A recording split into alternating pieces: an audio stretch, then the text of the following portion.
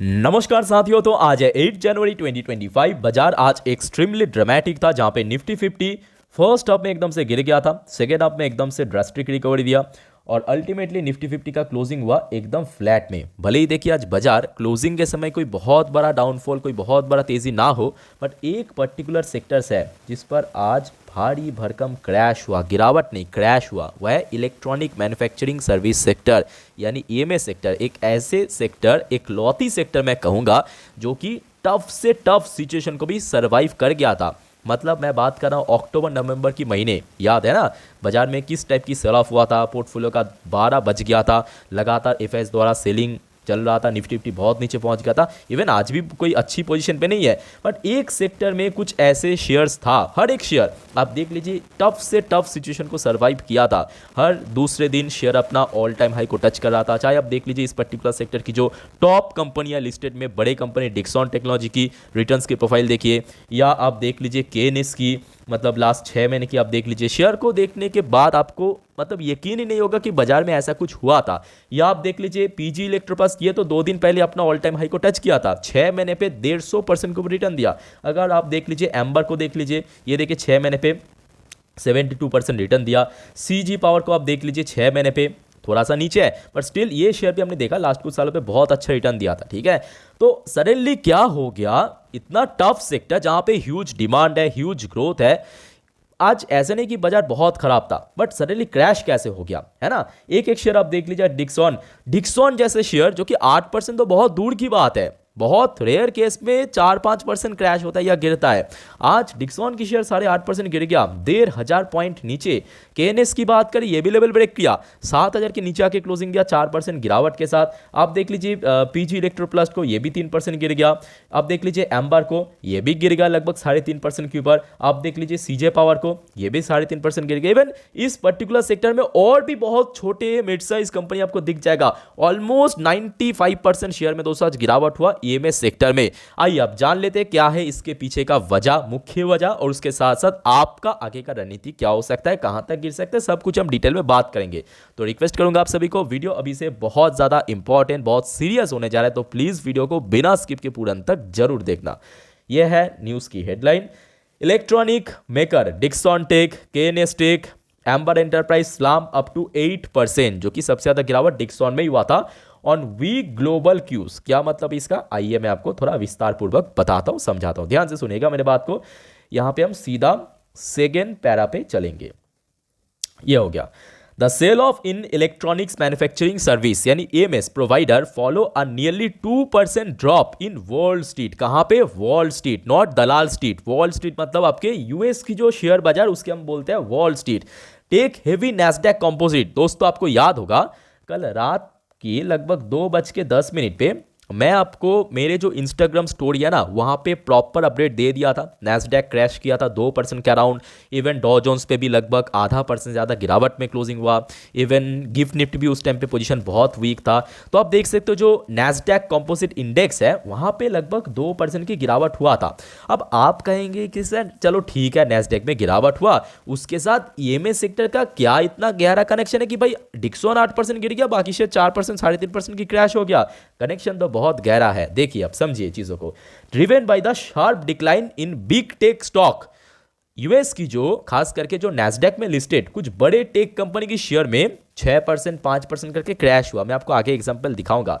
अच्छा, इसके पीछे क्या वजह है वो सबसे इंपॉर्टेंट है। उसके पीछे जो मेन वजह है, the losses were sparked by concern over stubborn inflation. Inflation को लेकर दोस्तों बाजार बहुत ज्यादा डाउटफुल है। उसके बाद देखिए, casting doubt about the potential for interest rate cut by federal reserve this year. देखिए ऑलरेडी यूएस में आपकी फेडरल रिजर्व ने 100 बेसिस पॉइंट, 100 बीपीएस यानी 1% रेट कट कर दिया। तो इस साल 2025 में रेट कट होगा नहीं होगा, इसको लेकर मार्केट जो है या बड़े निवेशक बहुत ज़्यादा डाउटफुल है, प्रॉपर्ली यहाँ पे मेंशन किया। और उसके बाद ही आज हमने देखा एक तो नैस्डैक में गिरावट हुआ कल रात को, और उसके साथ साथ जो बड़े टेक कंपनी की शेयर उस पर भी गिरावट हुआ। उसके बाद देखिए तीसरे पैरा में क्या मेंशन किया, Indian EMS stocks often track the Nasdaq composite due their exposure to the technology sector. अब आप कनेक्ट कर पा रहे हो ना किसके साथ क्या कनेक्शन है, टेक्नोलॉजी सेक्टर वो है, वो मेन हब है, वहां पे गिरावट हुआ। जैसे कि आप, मैं एक और एग्जांपल देता हूं, जैसे कि एक आईटी, आईटी की मेन हब क्या है, हर किसी को मालूम है यूएस है, उसके बाद यूरोपियन कॉन्टिनेंट।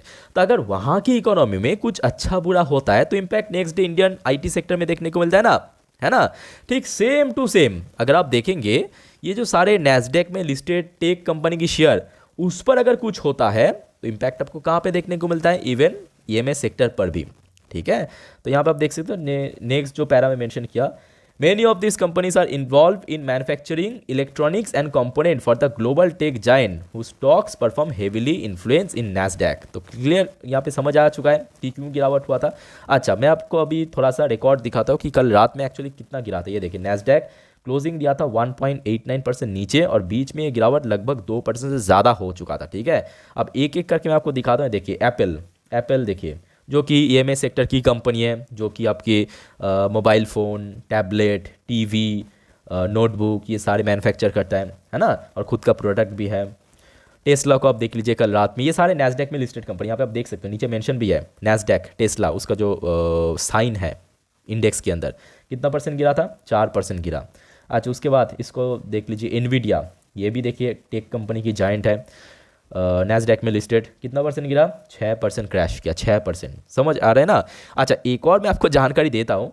देखिए आज सुबह से हो सकता है कि नैस्डैक की जो फ्यूचर्स है या डॉ जोन्स की फ्यूचर काफ़ी बढ़िया चल रहा था, पॉजिटिव में था, बट सडनली यूएस में कुछ इकोनॉमिकल डेटा आउट हुआ, कुछ ऐसे खबर बाहर आया, उसके बाद आप देख सकते हो, मतलब एक्चुअली इंडियन मार्केट क्लोज हो जाने के बाद, अदरवाइज इंडियन मार्केट में भी आज गिरावट होना तय था।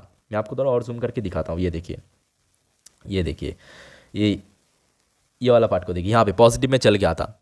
ठीक है, उसके बाद सीधा नोज ड्राइव, सीधा यहाँ पे अभी भी आप देख सकते हो कि थोड़ा बहुत नेगेटिव में ही है, 0.15% नीचे चल रहा है। ठीक है, तो देखिए अब प्रॉब्लम क्या है मालूम है, आगे 20 तारीख सबसे इंपॉर्टेंट डे है, 20 जैन को। 20 जैन क्यों इंपॉर्टेंट है, क्योंकि यूएस में पार्टी बदल होगा, मतलब जो रिपब्लिकन पार्टी की सरकार, ट्रम्प की सरकार, वो ओवरटेक करेगा, है ना, सत्ता में आएगा, पॉलिसीज़ के अनाउंसमेंट होगा, बहुत कुछ ऊपर नीच बदलाव आपको देखने को मिलेगा। तो मार्केट जो है बहुत ज़्यादा फियरफुल है, बहुत ज़्यादा डाउटफुल है ना, प्रॉपर क्लैरिटी नहीं है, तो जिसके कारण मार्केट दोस्तों बहुत ज़्यादा रिएक्ट कर सकता है इसके ऊपर।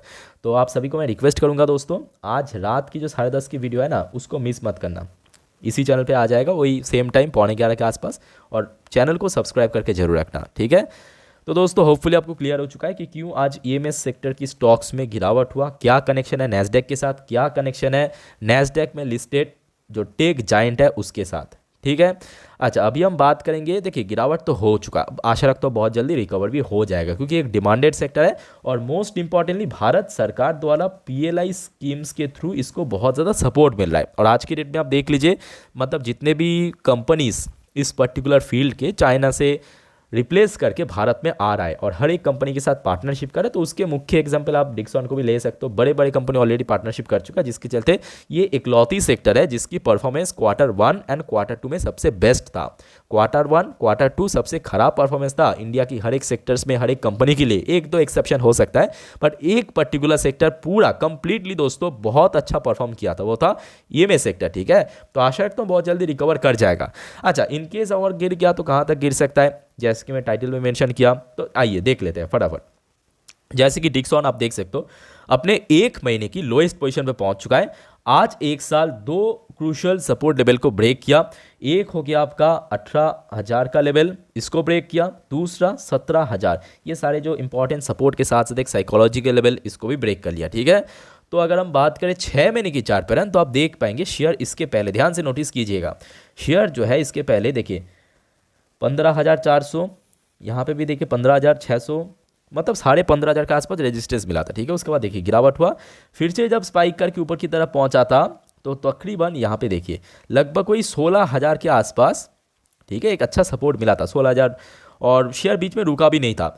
तो यहाँ पे जो स्ट्रॉन्ग सपोर्ट जोन निकल के आ रहा है आपके डिक्सॉन की शेयर के लिए, वो हो गया आपका 15,500 से लेके 16,000 की जोन। तो क्लियर हो चुका है, अगर इनकेस डिक्सॉन में और ज़्यादा डाउनफॉल हुआ तो नेक्स्ट सपोर्ट पॉइंट बनेगा इस लेवल पर। ठीक है, अच्छा अब बात करेंगे केएनएस भी आप देख सकते हो लास्ट 1 महीने की ऑलमोस्ट लोएस्ट पोजीशन पे पहुंच चुका है, फिर भी डिक्सॉन से बेटर है। ठीक है, तो केएनएस के लिए देखिए जो क्रूशल सपोर्ट लेवल था आज इसको ब्रेक कर लिया और वापस नीचे आके क्लोजिंग दिया, वो था 7,000 का आज फिर से वापस आ गया, जो कि लास्ट कुछ हफ्तों में हमने देखा था मार्केट में इतना टफ सिचुएशन पे भी सर्वाइव कर गया था। आज फिर से 7,000 के नीचे आ चुका है। ठीक है, तो अगर हम 7,000 के नीचे की अगर हम बात करें तो देखिए शेयर्स में जब रैली शुरू हुआ था, शेयर कुछ ज़्यादा तक यहाँ पे रुका नहीं था, कंटिन्यूसली रैली देते देते 7,000 को ब्रेकआउट दे दिया था। बट हाँ, कुछ समय के लिए एक पर्टिकुलर पॉइंट पे रेजिस्टेंस मिला था, वो था 2 दिसंबर पे, आप देख सकते हो वो नंबर था अप्रॉक्सीमेटली 6,300 के आसपास।